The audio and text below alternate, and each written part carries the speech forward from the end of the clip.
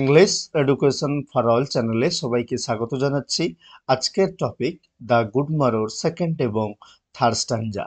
এর আগে আমরা ফার্স্ট স্ট্যাঞ্জাটা সেই সাথে ক্রিটিক্যাল অ্যাপ্রিসিয়েশন আলোচনা করেছি। যারা দেখোনি অবশ্যই দেখে নিও ওই ভিডিওটা।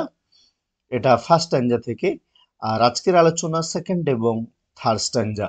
চলো বিভিন্ন প্রশ্ন এবং উত্তরের মাধ্যমে এবং সেই সাথে যথাযথ এক্সপ্লেনেশনের সাথে আমি চেষ্টা করছি সেকেন্ড এবং থার্ড স্ট্যাঞ্জা থেকে বিভিন্ন প্রশ্নগুলো তোমাদের জানাতে। শুরু করা যাক। And now good morrow to our waking souls. Why does the speaker think that their souls have awakened? এখানে কেন স্পিকার ভাবছেন যে তাদের সোল জাগ্রত হয়েছে? এটা আমি তোমাদের ক্রিটিক্যাল অ্যাপ্রিসিয়েশনে বলেছি যে এই লাভার এবং বিলাভেড তাদের লাভ পাওয়ার আগে, তার মানে এই লাভ ডিসকভারির আগে পর্যন্ত সেটা ছিল নাইটের মতোই অন্ধকার।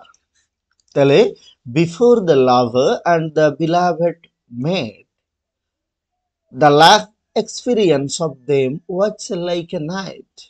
But by discovering genuine and true love, they have now awakened themselves. তারা নিজেদেরকে এখন জাগ্রত করেছে to a new morning, to a good morrow. তাহলে এই জন্যই বলছি যে তারা জাগ্রত হয়েছে। তাহলে জাগ্রত হয়েছে মানে they have realized, they have felt their genuine and true love. দেখো কোন অপশানে আছে, দেখো ডি এর option, because they have realized true love. তাহলে before knowing of their true love, everything was like an experience of the night. But by gaining experience of true love, they are now in the good morning, in the good morrow. আশা করছি বুঝতে পারছো। বাকি অপশনগুলো দেখো হচ্ছে না, কিন্তু এই যে they were together at night, তারা রাতের বেলায় ছিল একসাথে, সকালে চলে যাচ্ছে, এমন ব্যাপার নেই। ঠিক আছে, নেক্সট দেখো। Why does the poet in the Good Morrow bring in the context of sea discoverer? Sea ডিসকভারারদের প্রসঙ্গ কেন এনেছেন কবি? সি ডিসকভার বলছেন লাভার এখানে, আচ্ছা সি ডিসকভার তারা ডিসকভার করুক, তাতে আমাদের কিছু যায় আসে না, এরকম প্রসঙ্গ উত্থাপন করছেন সেই লাভার। কাজেই সি ডিসকভারদের প্রসঙ্গ আনার উদ্দেশ্য কি না, তারা মোটেই they are not at all fascinated, তারা মোটেই fascinated না by the new discoveries, because they are busy discovering themselves, কারণ তারা নিজেদেরকেই ডিসকভার করতে ব্যস্ত। কাজেই আমরা এই যে কবিতাটা থেকে আমরা একটা জিনিস পাই, সেটা হচ্ছে কি সেলফ সাফিসিয়েন্সি। হয়েছে একটা কমপ্লিট লাভ, তাদেরকে কিন্তু অন্য কিছুর উপর নির্ভর করতে হয় না, তারা self sufficient. They need not know of the new discoveries made by the sea discoverers, so they have nothing to do with the sea discoverers. তাহলে কবির এই সি ডিসকভারদের প্রসঙ্গ আনার উদ্দেশ্যটা কি, তারা মোটেই আগ্রহী নয় তাদের সম্পর্কে জানতে। আসলে জন ডান একটা সময় তিনি নিজেও কিন্তু এক সি ডিসকভারের সাথে ছিলেন, এবং সেই ওই কারণেই তার সেই ধারণাটা এই কবিতার মাধ্যমে তিনি অ্যামালগামেট করলেন, মার্চ করলেন, যে তারা ডিসকভার করুক, I have nothing to do with them. We are busy discovering ourselves. We have discovered our new love. আর সর্বোপরি আরো একটা জিনিস তিনি এটা কনফার্ম করতে চাইছেন, তারা ডিসকভার করুক এই দেশ সেই দেশ, আমরা নিজেদেরকে ডিসকভার করছি, সেই সাথে that we have discovered a true love is a matter of great and perhaps the greatest possible Discovery in human life. যে আমাদের মানুষের জীবনের সবচেয়ে বড় ডিসকভারি হচ্ছে true love, and we have done so, আমরা তাই করতে পেরেছি। সো এই যে সি ডিসকভারদের ডিসকভারি পাশে থাকুক, we have nothing to do with them. Let us get busy in discovering ourselves. And what is more important here is that we have discovered true love, and it is the greatest possible discovery in human life. So we don't want to be busy with the new discovery of the sea discoverers. তাহলে কোন অপশনটা হবে? দেখো, to show that they are least fascinated by the new discoveries, they are busy discovering themselves, এই অপশনটা হবে। সেই সাথে এমনও অপশন থাকতে পারে যে because they have discovered true love, genuine love, so they need not know of any new discovery made by the sea discoverers. ঠিক আছে, মনে রেখো। The lover in the poem confirms that their bedroom is hotter than this planet, the earth, microcosmic of the whole world, in need of only the sun to keep themselves warm, like the Dane of the Seven Sleepers. প্রেমিক এই কবিতায় তিনি কিটা নিশ্চিত করছেন যে তাদের বেডরুমটা কেমন, এই প্ল্যানেটের থেকে বেশি উষ্ণ নাকি মাইক্রোকসমিক অফ দ্য হোল ওয়ার্ল্ড, সারা পৃথিবীটা তাদের এই বেডরুমে দেখতে পাওয়া যাচ্ছে। তাহলে মাইক্রোকসমিক কথাটার অর্থ কিন্তু তোমাকে ঠিকঠাক জানতে হবে। তার মানে জানো তোমরা এই কসমস কথাটার অর্থ হলো সারা বিশ্ব, সেই সারা বিশ্বের একটা ছোট রূপ হচ্ছে তাদের এই বেডরুম, এবং এটাই সত্য। এবং এই ঘটনাটাকে বলা হচ্ছে মাইক্রোকসমিক। মাইক্রোকসমিক তার মানে the whole, the entire cosmos is represented by their little room or bedroom. বোঝা গেছে? তাহলে যে কারণে কোন অপশনটা হবে? Microcosmic of the whole world, এর অপশনটা কারেক্ট হবে। তাহলে অর্থাৎ কেমন না, we need not go round the world, সারা পৃথিবীতে আমাদের যাওয়ার দরকার নেই।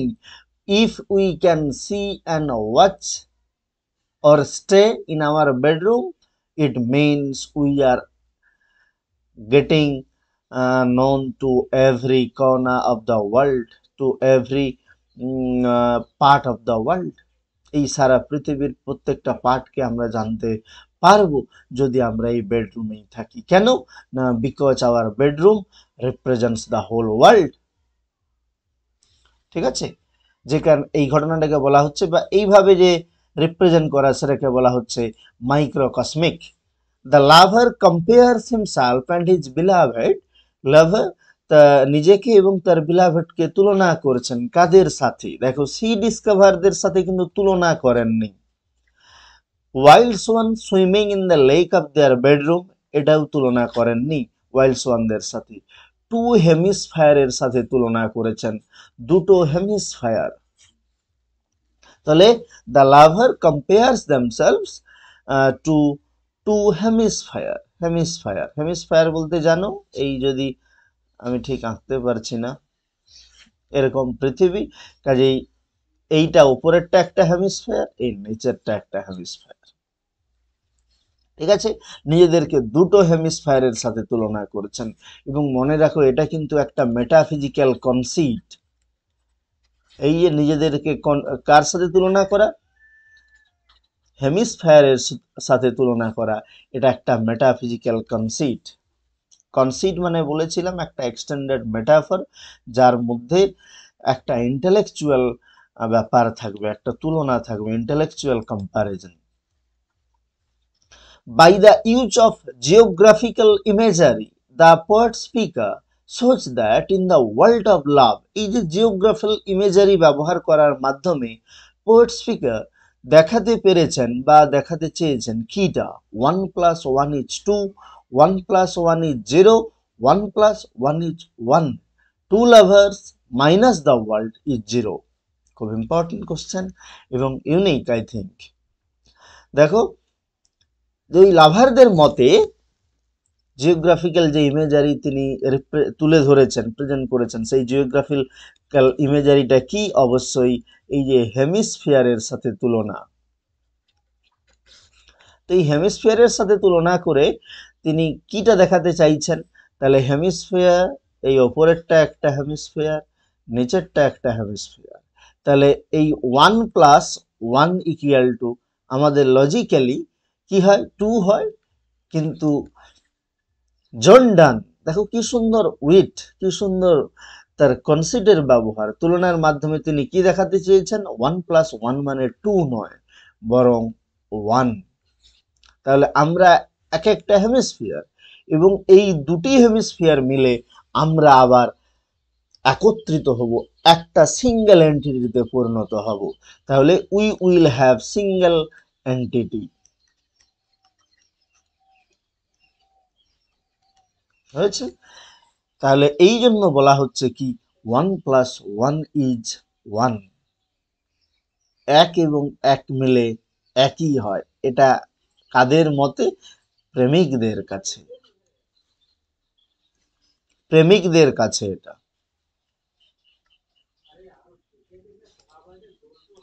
তারপরে দেখো, the lover in the poem estimates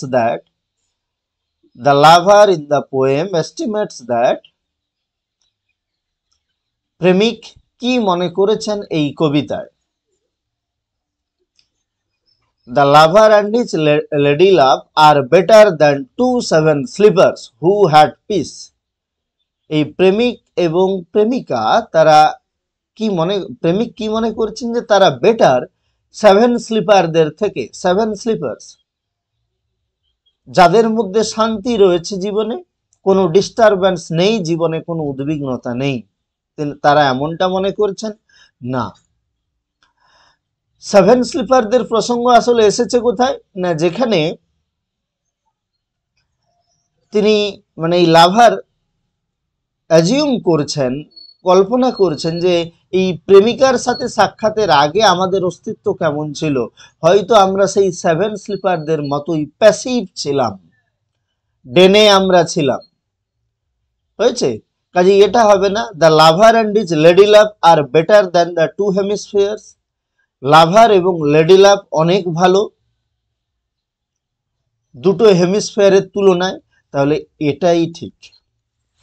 তাহলে তোমাদের মনে রাখা উচিত, the lover has compared himself and his beloved to 2 hemispheres.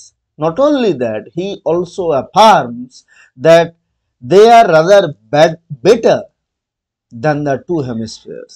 কেন? আমরা একটু পরেই আসছি কোশ্চেনে। তাহলে বি এর অপশনটা কারেক্ট।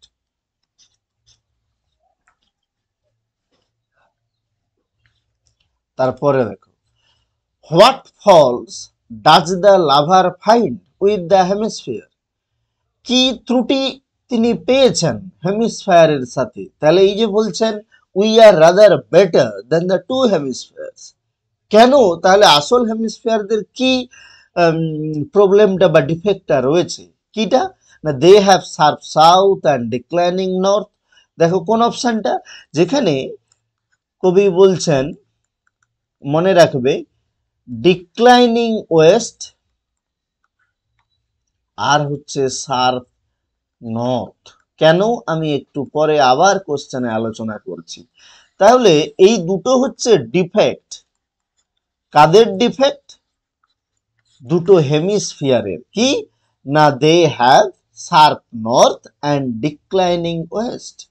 এই জন্য বলছেন লাভার যে we are rather better than the 2 hemispheres. কেন? না, because the hemispheres have false.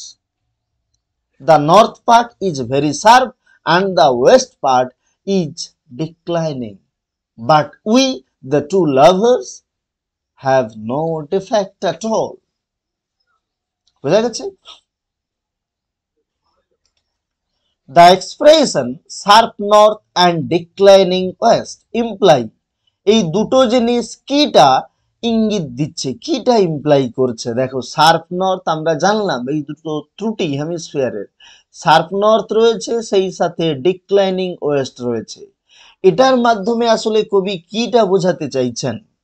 Sharpness of the জ অফ টাইম অ্যান্ড ফেলিওর, যে টাইমের যে জ বলতে জানো তোমরা চোয়াল, সেই চোয়াল খুব তীক্ষ্ণ, এবং সেই সাথে ডিক্লাইনিং ওয়েস্ট বলতে ফেলিওর, না এমনটা বোঝাতে চাওয়া হয়নি। কোল্ডনেস অ্যান্ড ইনডিফারেন্স, আসলে খেয়াল করো আমরা যদি এই নর্থ পোলের দিকে যাই, এই হলো পৃথিবী, আমি ঠিক আঁকতে পারছি না, দুঃখিত, আসলে এই পেনে ঠিক আঁকাও যাচ্ছে না, বরং আমি ভালো পারছি না। তাহলে এইটা হচ্ছে নর্থ পোল। তাহলে এই নর্থ পোলের দিকে কি, এই নর্থ পোল কিন্তু কোল্ড, তোমরা জানো অনেক বেশি কোল্ড। আর কি রয়েছে? ওয়েস্ট, ডিক্লাইনিং ওয়েস্ট, তাহলে ইস্ট ওয়েস্ট, এটা নর্থ পোল, সাউথ। তাহলে এই নর্থ পোল হচ্ছে কোল্ড, সেই সাথে তাহলে নর্থ পোলকে বোঝানোর উদ্দেশ্য কি, কেন তিনি বলেছেন? তাহলে কোল্ডনেস অ্যান্ড ইনডিফারেন্স। আর এই ওয়েস্ট কি, ওয়েস্টটা কি? এটা হচ্ছে ডিকে অ্যান্ড ডেথ। কেন ডিকে অ্যান্ড ডেথ? সূর্য উঠলো, অস্ত যাচ্ছে কোথায়? এই পশ্চিমে, কিন্তু সূর্য ক্রমশ তার নিষ্প্রভ হয়ে অস্ত যায় এই পশ্চিমে, এই জন্য এই পশ্চিমকে বলা হচ্ছে ডিক্লাইনিং। তাহলে এই ডিক্লাইনিং কথাটার অর্থ কি, না ডিকে অ্যান্ড ডেথ।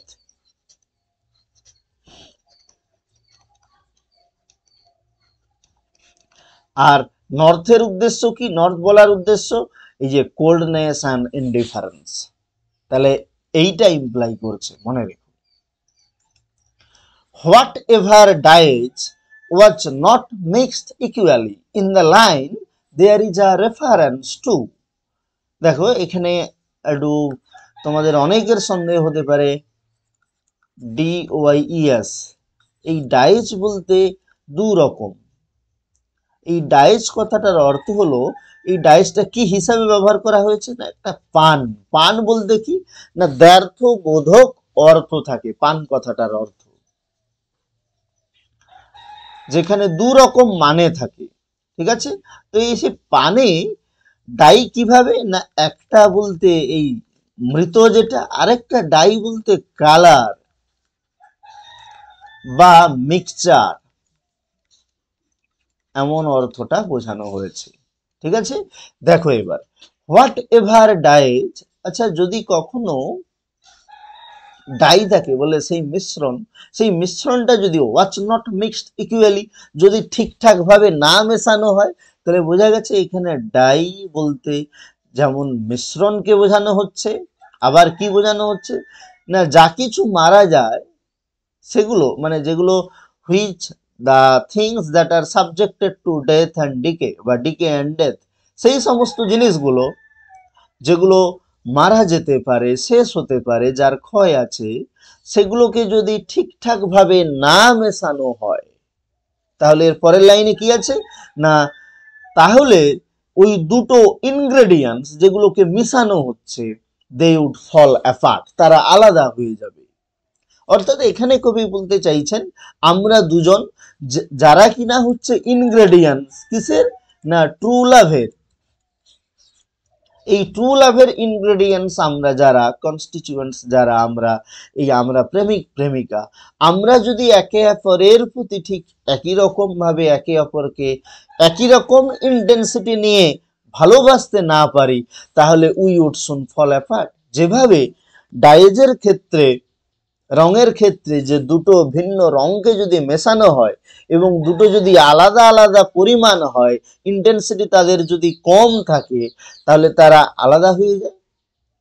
একই রকম ভাবে আমাদের ক্ষেত্রেও এখানে প্রশ্নটা রয়েছে যে এই লাইনটার মাধ্যমে কিসের রেফারেন্স রয়েছে। ওই যে ডাইজ বললাম, তার মানে একটা মেডিয়াভেল অ্যালকেমি রেফারেন্স রয়েছে। এই মেডিয়াভেল অ্যালকেমি, যে ওই দুটো মিশ্রণকে যদি ঠিকঠাক ভাবে না মেশানো হয়, তাহলে তারা আলাদা হয়ে যাবে কিছু সময় পর। বোঝা গেছে? নেক্সট দেখো, in the last line of the poem, এই কবিতার একেবারে শেষে, দ্য লাভার কনফার্মস, লাভার নিশ্চিত করছেন, the power of love to stand against mortality, যে প্রেমের শক্তি, যেই শক্তি হার মানাবে এই মৃত্যুশীলতাকে, মানে এই মরণশীলতাকে, মৃত্যুকে হার মানাবে। The power of poetry to immortalize their true love. তাহলে কোনটা হবে তোমরা বুঝতেই পারছো, কোনটা কিটাকে নিশ্চিত করছে? The power of love to stand against mortality, যেখানে বলছে নান ক্যান ডাই। আমাদেরও ইন্টেন্সিটি যদি একই রকম হয়, যেভাবে দুটো একটা মিশ্রণের দুটো উপাদানকে যদি সুন্দরভাবে মেশানো যায়, তাহলে তারা কখনোই ফল অ্যাপার্ট হবে না। কিন্তু আমরাও একই রকম, যদি একই রকম ইন্টেন্সিটি নিয়ে we can love, we will never be put to death, আমাদেরকে কখনোই মৃত্যু ছুঁতে পারবে না। তাহলে এখানে যেন লাভ কঙ্কার করলো মর্টালিটিকে। তাহলে কিটাকে জানাতে চাওয়া হয়েছে?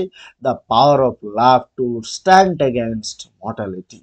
তাহলে কবিতাটা শেষ হচ্ছে কিন্তু একটা স্ট্রং অপটিমিস্টিক টোনে, এটা মনে রেখো, কোশ্চেন আসতে পারে যে আমরা মৃত্যু মুখে পতিত হব না যদি আমরা if we have the same intensity from ours end, আমাদের দুজনের দিক থেকে যদি একই রকম ইন্টেন্সিটি থাকে to true love, we will never be conquered by death। কাজেই শেষ হচ্ছে একটা সুন্দর অপটিমিস্টিক টোনে। তোমাদের আজকের ভিডিও কেমন লাগলো জানাতে ভুলো না, আর নতুন হলে অবশ্যই সাবস্ক্রাইব করো পরের ভিডিওগুলো পেতে।